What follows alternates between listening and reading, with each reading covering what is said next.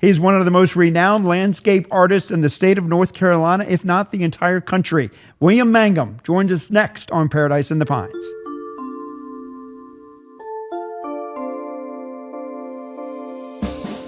Welcome to Paradise in the Pines, a podcast about the people, places, and stories that make this the home of American golf. Brought to you by the Pinehurst, Southern Pines, Aberdeen Area Convention and Visitors Bureau. And welcome to Paradise in the Pines. Joining us this episode is William Mangum, great friend of the North Carolina Golf Panel and the most renowned landscape artist in the state of North Carolina, if not the country. William Mangum, I'm honored, honestly, to have you here. It's interesting, and we'll get into your story, but I never really knew you outside of the golf panel. I knew you were a great artist, and we have some of your books here, which I enjoy. Mm-hmm. But you gave a speech to the North Carolina Golf Panel last summer that, I was ready to run through a brick wall. To not only know more about you and the art and what you create and how your life has evolved and the people you've gotten a chance to meet, but just, I think the way you phrase life and how you view it, everybody can kind of recognize it and apply it to themselves. So I just want to say that off the top because I think I underestimated you. I guess I'm trying to say is that, I'm looking forward to this conversation to learn more about you and hopefully you can inspire some other people as well. Well, I'm very flattered to be a part of it. And believe it or not, it's coming home. I was actually born right here in Pinehurst. And so I relish any opportunity to come and celebrate what I've been blessed with. But specifically from the town of Mamers? Oh, Mamers. Mamers. Right. So when I was 8 years old, unfortunately, my mother had a stroke. And Pops was on a boat in the Mediterranean Ocean. He was in the Navy. And in the middle of the night, my aunts and uncles came and picked my sister and I up. Elizabeth got to go to Raleigh. I wound up in Mamers, North Carolina, a little tobacco farm just south of here. And it was a rude awakening. And a lot of insecurities set in, as you can imagine. And for me, one of the outlets was art. And like anything, I took what was available, which was a lot of broken crayons, and I began to entertain myself. But to my teacher's surprise, she was so impressed with my art in the third grade, she entered one of my drawings in the North Carolina State Fair and won this big blue ribbon. And that really was the genesis when I knew I had something different than most kids. Yeah. And there's a picture of that here on the monitor behind us. And I think it's interesting because you said, and I read in the research of this, that you knew what you wanted to do since you were 8 years old. And I think that's, a lot of people, they don't know what to do when they're 50 years old. So, when you're 8 years old and you have an absolute understanding of where your life is going, what was that like? Well, I think early on I was able to leverage that gift. I was a terrible academic student in school. So artwork was always the vehicle that I would use to complement and bring my grades up, do bulletin boards. And once I got to college, or it was really my senior year, that was the first time a teacher said, Bill, you could do something with this as a livelihood. Maybe you ought to go on to college. And while I didn't learn the business aspects in school, it did give me that room to experiment and grow. And it was actually my senior year, not having any money, I went and I bought a 59-cent tray of watercolors. I came back to the dorm, pulled out a sheet of drawing paper, and I did this watercolor painting for my mom for Christmas. And it turned out so well that I put it in $2.98 frame, gave it to her, and she said, Billy, you have got to do more. So I took my life savings, $4.98, and I invested that in some elementary watercolors, and I began to teach myself that medium. And I've been doing it. That was the very first watercolor that I did. And from there, when I was at UNCG working on my bachelor's, one of the deans saw me, gave me an opportunity to have an art show. I wound up borrowing some money, sold all 10 paintings, and the rest really is history. I've been doing it ever since. And that's a scene. Where was that scene? I was doing my student teaching up in Stokes County. Okay. And I made it up for the most part. The beauty of watercolors is that you use the white of the paper, so it didn't take a whole lot of paint if that snow scene to turn into something real. You were generous enough to provide some images. I think it's great as a visual medium here with this podcast to kind of run through some of these and let you tell those stories and give us some more ideas on your background. So I'll let Dan Dreyer, our producer, will kind of advance some of those pictures. We've got some additional ones here. this next one you've got here, Dan, if you want to advance that. Obviously, landscape art and mountains and the coast are beautiful opportunities. While I've had the privilege of literally traveling around the world painting, there is no place like home. And I always tell folks that North Carolina is an artist paradise.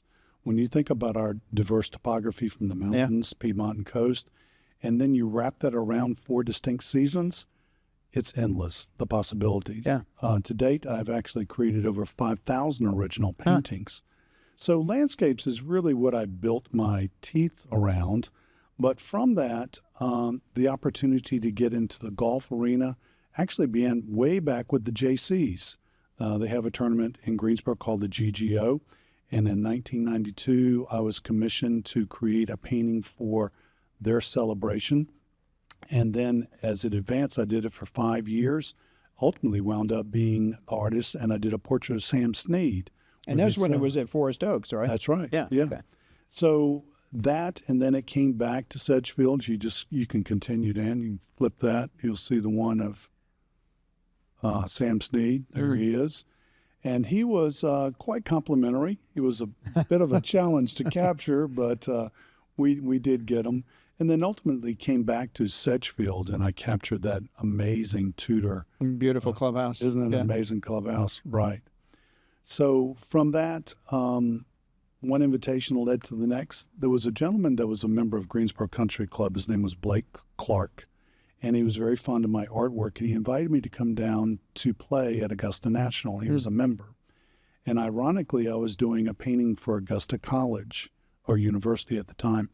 And he asked me to introduce my work to the director of golf, and that led to an opportunity to be the artist for them. But even right here with the U.S. Open in Pinehurst, that invitation was extended. I'm sorry, I got to stop you. You said you played Augusta National. Several times. Yeah. Well, that's the only way you can paint it. You have to play it. Right. Very good point. Yeah. And here you've got you and the King. Yes. Awesome. That was a real treat to meet Mr. Palmer. Yeah. And he was very gracious. That's what everybody says. And what a tremendous. And this was the painting of the Edgefield Country Club. Right. Any specific words that he had for you? Well, I didn't ask him about his golf game. He didn't ask me about how I painted. So Okay. It was kind of tit for tat. That's a great memory right there. That's all it was. And you said your first U.S. Open in 1999. Well, it was. Being born here, I came back and I had the good fortune of meeting Stephen Cryan. And at the time, Stephen was the retail director for the resort. Who's now at Longleaf Golf and Country Club. That's right. Or Longleaf Golf and Family Club. Yeah. And when I showed him my art, he was very gracious, most impressed. So we did this limited edition print, and it was utilized for the Open. But more importantly, it set the stage to come back in 2005. And then that's when I became one of the official artists, and I was able to do a tournament poster and also capture the course once again. And there it is. There you are. Sort of underworks and stuff. So that was a great feather in the cap, and it kind of gave me the fodder to imagine what it would like to go to Augusta National. Yes, just last week I was at the PGA show in Orlando with my associate Joy, and it was about 25 years ago that we exhibited there, and that opened the doors to paint Congressional and be invited to Pebble Beach.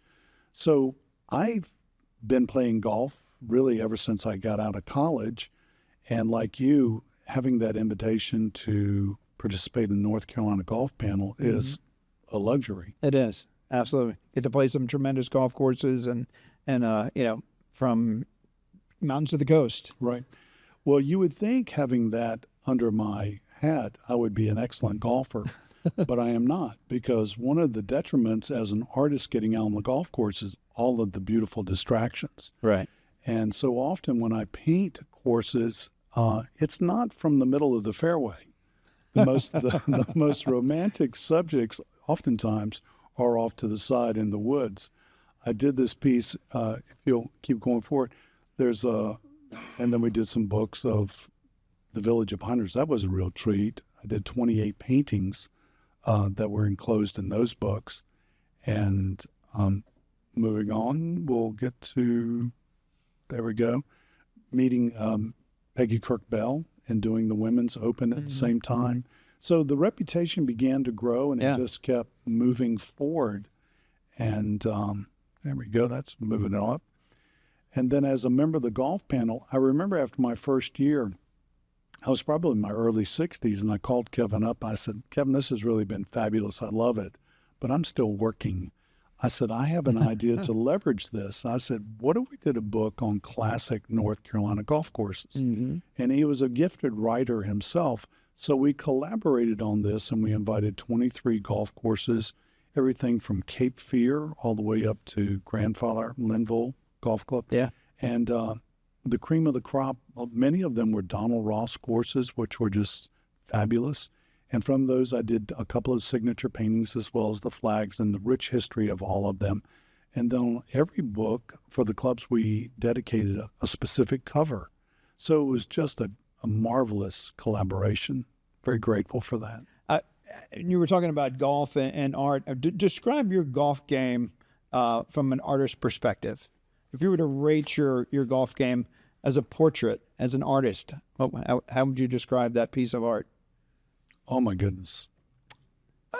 Now you've got me speechless. But oftentimes I'm late getting to the tee because I'm off to the side taking photographs of par threes from unusual angles. But as I typically a 10 handicapper, I can play with almost anybody. But I could be much better if I weren't an artist. Right. Yeah. I'm too busy, too distracted all the time. I really am. So going on to the, let's see, the next picture we got here, Dan, Augusta National. Yeah. Yeah, so that was one of the pieces that we did for Augusta. And I remember Johnny Harris in particular, who is significant individual at Quail Hollow. Yeah. I had the pleasure of painting every hole at Quail Hollow, as well as some signature paintings. But one of my favorites, we didn't include this, were all those murals that I did in the trophy room. Did 8 murals, which were magnificent. Wow. They were like 4 by 13 feet long. So art-wise, I'm constantly experimenting. Many of my early golf paintings were actually watercolors, but today I've transitioned to acrylics, which allows really to just have a scale that I was limited to before. Right. Watercolors, because they were on paper and had to be under glass, kept you contained. But today, now my paintings can be almost any scale. Pebble Beach, of course, here. Yes, Neil Hoteling was really gracious for. And you got a chance to play there. Obviously, you're painting it. You got to play it. Oh yeah. I dunked many a ball into that ocean. Yes, Right. I did. And probably my favorite time was just being in a golf cart to the side and doing my field studies, is watching the players come through, the foursomes come through, and seeing all of these errant shots and the color that came along with them. Was pretty incredible. Pretty incredible. That is I mean, does TV even do it justice? I mean, I've not been out there personally, but no, it's one of those things you see it on TV. You're just like, oh my gosh, it just looks amazing. Yeah, and it can be so different hour to hour, morning to afternoon, the light. Yeah. But the atmosphere is truly magical. I remember when I was in the pro shop visiting, and they were asking me where I was from. And I said, well, I was born in Pinehurst. And they did, oh my gosh, that is heaven. And you're out there and you think, this is heaven. Yes. So it's the opposite. Because we talk about, in North Carolina, the state tourism office, it's the mountains and the coast. It's like, how incredible Pinehurst must be to not have mountains or the beach. And yet it's a global iconic destination. Oh, no doubt about it. I mean, the village is second to none. It is the jewelry of the state. I would say for sure. I'm very proud of it. And I guess imagine when you go to Augusta National, you go to Pebble Beach, you go to these other, does it make you appreciate Pinehurst even more when you see these other beautiful destinations, golf destinations? I'm sure those people that live there revere just as much as we do here. But does it make you appreciate this area even more? Oh, no doubt about it. So I reside in Greensboro. When I come down here and get that sand in my shoes again, it's second to none. But what I've learned over the years, that any individuals, I don't care if you're a member of a municipal golf course, or that's the one that you frequent, or private clubs. Everybody has that same belief and that honor to lift up the heritage of their golf courses. And so for me, being a part of that is, I really don't take it for granted. I'm very flattered to participate in it.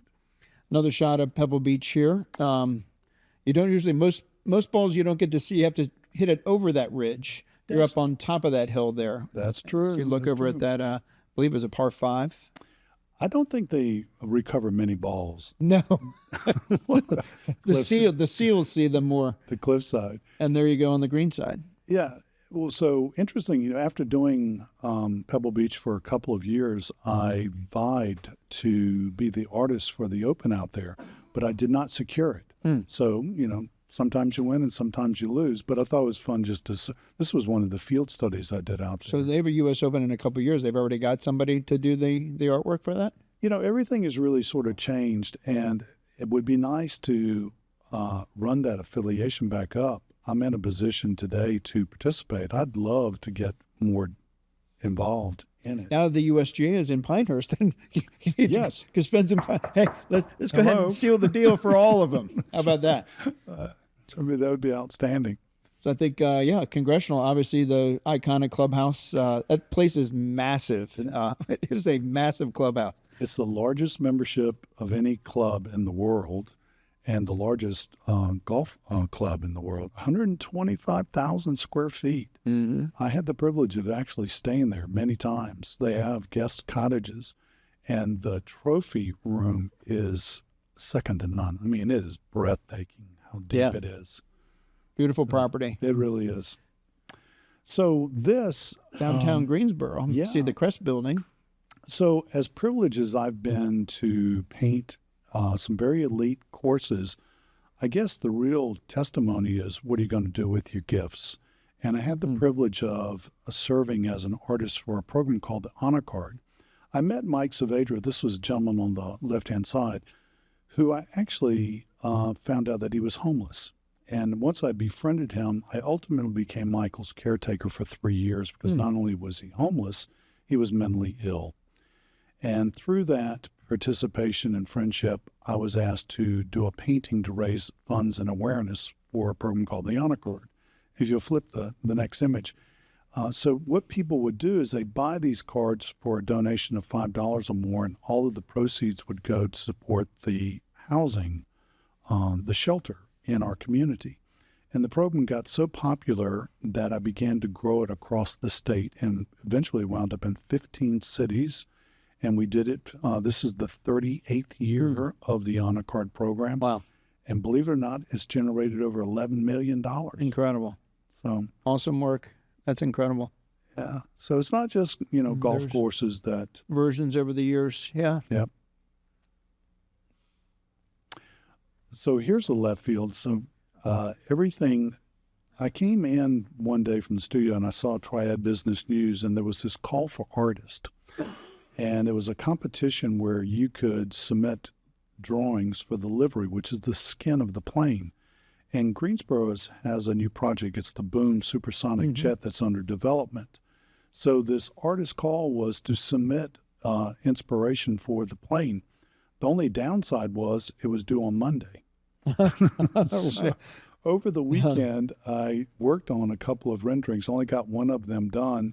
And I forwarded in. There were 1,100 entries from around the world. Wow. And lo and behold, I won most original. So, They're using it? Well, no, I doubt it. Yeah? It would be, I hope so. That would be awesome. It would be. And then Dr. Nito Quabain has reinvented High Point University. Mm-hmm. It is probably second to none as far as a life skill university, in which he really has reinvented it. And they have commissioned me to actually do an art book of their campus. So this past year, I've been working on nearly 65 originals of HPU. And it is something else to behold. So amazing. I'm flattered. Where do you find the time? I don't sleep. You don't.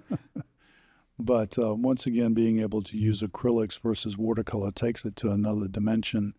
So this is, really great. I mean, and I have lots of ideas of things I'd like to do in the future. One of them is I believe that North Carolina could use an artist laureate, someone that's an ambassador for the state to talk about our rich heritage in the arts. We were actually the first state to fund a museum, a fine art museum.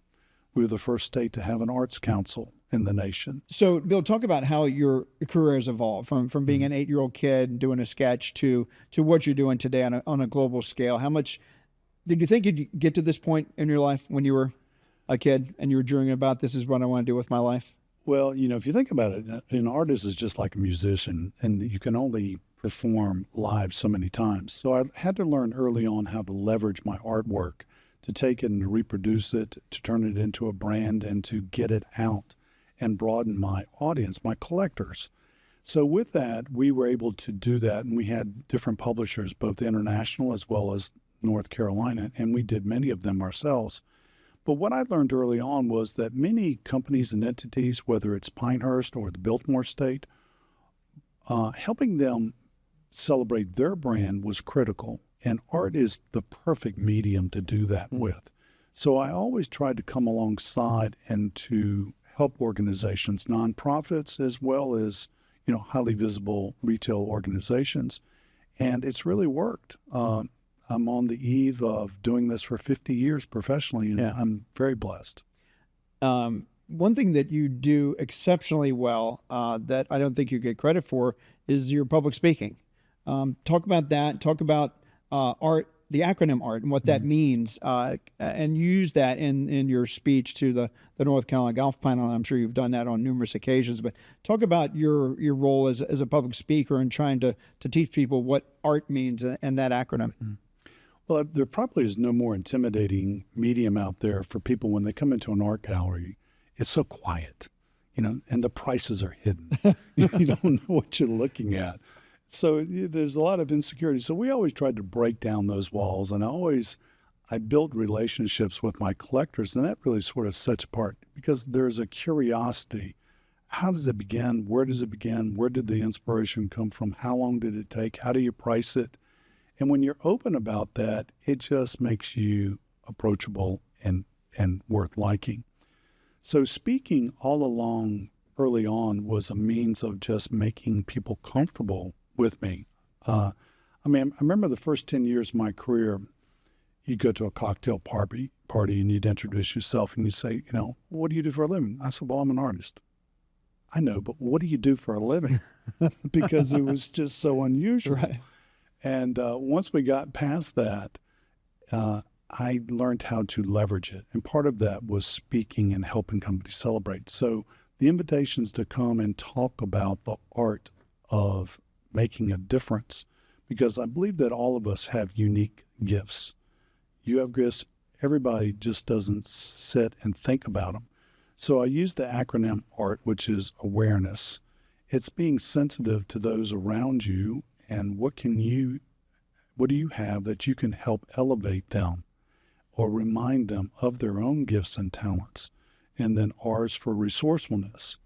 As an artist, people think, well, painting is the only thing that I do. But to get to the level that I have, I had to be a business person and had to learn how to accelerate and win friendships and bring them into it. And then third was timing. And that's just looking for opportunities, whether it's an upcoming tournament on the horizon. It may be 3 years away, but now is the time to begin to pursue that. And that's the same way with painting. Painting is all about timing because it will dry quickly and you need to learn how to move it and what are those edges like. So it's been just delightful to use that and to speak to lots of different people about their gifts and how they can make their community better and help them realize that.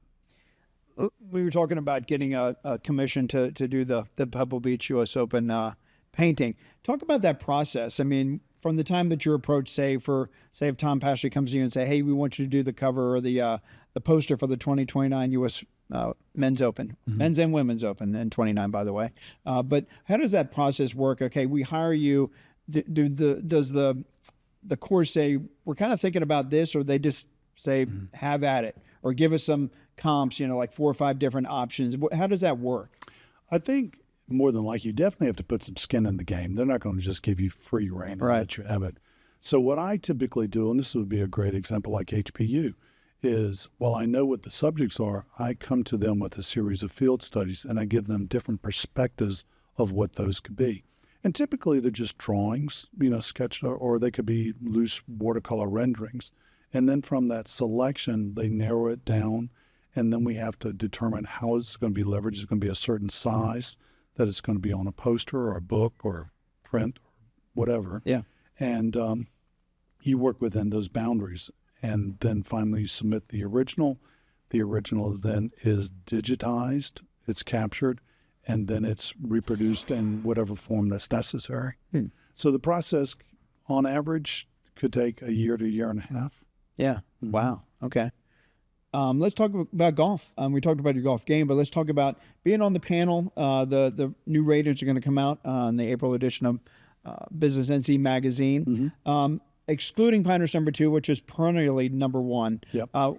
Your favorite Pinehurst area golf course, and your favorite golf course, or maybe top 3 in the state of North Carolina, from the mountains to the coast, could be anywhere. Well, I would have to say that my favorite is the one that I might break 80 on. Right, that's a good point. Yeah, So- it's always you always speak well about where you play well. That's and then I hate that course. I shot a 95. That's right. Well, weren't you with me when I was talking about a friend that had a hole-in-one? Oh yeah, it was Grandfather? Chris Hill. Chris Right. Hill from Our State Magazine. We were playing Grandfather Mountain. Right. And I think you were in the group either ahead of or behind I us. was And with him. Chris had a hole-in-one and an eagle on consecutive holes. And oh yeah, by the way, that's his favorite golf course now. Of course. So someone looked at me and they looked at my reaction, and all I said was, "Great shot, Chris," because I think I dinked 2 into the woods, and I was so upset with myself. So going back to your question, here locally, besides Pinehurst #2, which I like, it's a tough course to play, but CCNC, Yeah. Dogwood, I could play that. It is day in and spectacular. out. It's one of my favorites. On the East Coast, Cape Fear, I just like the simplicity of that golf course. And then there's probably second none is Grandfather Mountain. That's way up there for me. You had to do a great painting of the Grove Park Inn Resort and Spa. And my first job out of TV, I was a PR marketing director there. I played that Donald Ross golf course over the course of 4 years, probably 300 times. Love that golf course. Country Club Asheville is a beautiful golf course. Yeah. Got to play Elk River, and never got a chance to play that before. That's spectacular. You mentioned Cape Fear. I mean, you probably know Sid Sarver. 81-year-old guy who's a member of Cape Fear Country Club, open invitation to go play. We play at Waynesboro, which is, I think the front nine was Donald Ross. The second nine was That's right. it's a different back nine, different architect. Love that golf course. We had a great stay there, a great hotel. I played with Sid that day, and when we play on the golf panel, you get paired with different people at every event, so you get a chance to build those relationships and not only play and rate the golf course, but you meet other people from industry and business, or maybe retired, that have great stories. It's just good camaraderie and friendships that are built from that. But Sid, this guy's 81 years old, straight down the fairway. Just, they call it old man golf. Just straight down the fairway, straight to the green, 2 putts, takes his par. It's like, if one, I hope to be living to play golf at 81 years old. Right. 2, to be able to play like that would be, because I'm like, if I start shooting over 90 like consistently, I was like, okay, I'll go take up fishing, because I'm not a good artist. I couldn't paint. Right. I couldn't even do a stick figure if I had to. But yeah, some amazing golf courses we get to play. It is a privilege in this state as well. I mean, it's just rich with golf. And Donald Ross, with what's going on here in this area with the U.S. Opens and Kelly's courses, all in Pine Needles, Mid Pines, Southern Pines Golf Club, Donald Ross. It's just spectacular. Have you played number 10 yet? No, I've not. You didn't get to play on the panel day. It was freezing that day. It was freezing in my back. I had my 5th That's back right. surgery. All right. So. Number 11's getting done now. Kelly's working on the new Mid Pines. So have you ever painted Mid Pines? I mean, it's a beautiful, when you walk up that 18th hole, that beautiful structure, which is going to be reconstructed by Marine and Land Resorts and Hotels. Hopefully that'll be open in time for the U.S. Open. Talk about how much you enjoy having U.S. Opens in your hometown. When you see the world come to Pinehurst and to show off your hometown and Pinehurst Resort, what does that mean to you as a someone that was born and raised here? We are privileged few, no doubt about it. And I would equate it to like High Point when they have the International Furniture Market and hundreds of thousands of around people coming in. Yeah, it makes you see the paradise that we live in, and all you want to do is just stroll through those pines one more time as they whisper to you gently. Nothing like it. It is nothing like it. And it was really cool to see Bryson win the connections to Dallas and Mr. Dedman, to Payne Stewart, and to hit a heroic shot like, what Payne's putt was. I think the resort was proud to see somebody like, it was kind of between Bryce and Rory, of course. And I remember standing on I think it was the 12th hole. Rory made a putt and was up by 2. And then, to see what happened to him. And then Bryson hit this, iconic shot where now there's a plaque there, right there at that bunker. And I know Dick Higginbotham, who was the CFO or still is at the resort, said, oh, yeah, we're going to have to replace that window at the Deuce with bulletproof glass because all the hundreds of people are going to try that shot and just shoot it right off into the Deuce or onto the roof of the resort. But it is a special place, and you make it even more special with your work and in your dedication to your craft. We appreciate everything you do for Pinehurst, for golf, for the art. Well, you do a spectacular job, and it's an honor to have you on Paradise in the Pines. I'm very flattered. Thank you so much. Well, Bill Mangum, if you don't know, his latest book is called Reflections, so check that out. Where can they find your book? Right at my website. It's pretty straightforward, williammangum.com. Wow, who would have guessed? williammangum.com. Check it out, and during the holidays, be sure to get the honor card. I did that this past year, and my brother loved it, so thank you so much.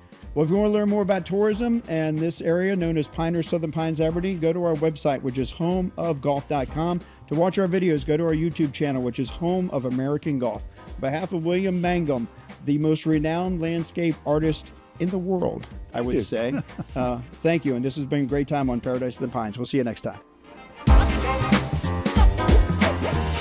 That's just I put a cheap